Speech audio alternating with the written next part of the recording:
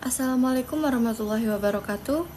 Perkenalkan, nama saya Dela Puspitasari, NIM 0493888191. Di sini saya akan mengerjakan tugas 3, yaitu soal nomor 2, mata kuliah Inovasi Pembelajaran. Saya akan menjelaskan apa itu asesmen adaptif, bagaimana cara kerjanya, serta bagaimana dosen dan mahasiswa dapat memanfaatkannya untuk meningkatkan efektivitas pembelajaran. Asesmen adaptif adalah sistem penilaian yang menggunakan kecerdasan buatan untuk menyesuaikan tingkat kesulitan soal berdasarkan kemampuan peserta. Jika mahasiswa menjawab benar, sistem akan memberikan soal yang lebih menantang. Jika salah, sistem akan memberikan soal mudah atau memberikan umpan balik khusus. Dengan cara ini, setiap mahasiswa menerima pengalaman tes yang personal, relevan, dan tepat pada level kemampuannya. Manfaat praktis bagi dosen dan mahasiswa. Untuk dosen, yaitu mengetahui level kemampuan tiap siswa secara akurat, mendapatkan rekomendasi otomatis untuk intervensi, hemat waktu dalam menganalisis tes.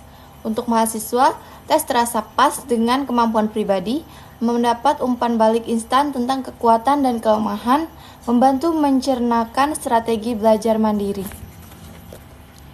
Sistem ini membantu dosen dalam merancang pembelajaran yang lebih tepat sasaran, serta membantu mahasiswa memahami kemajuan belajar mereka secara lebih jelas.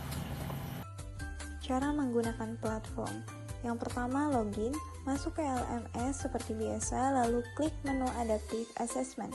2. Memulai tes. Untuk mahasiswa, klik Start Assessment, jawablah sesuai kemampuan. Sistem akan menyesuaikan soal secara otomatis. Setelah selesai, Anda akan melihat skor kompetensi, grafik kemampuan, rekomendasi materi belajar.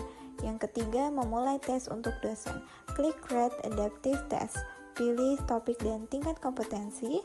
Sistem akan menyarankan bank soal adaptif, atur durasi dan bobot penilaian. Publikasikan tes dengan satu klik. Yang keempat, membaca analitik untuk dosen.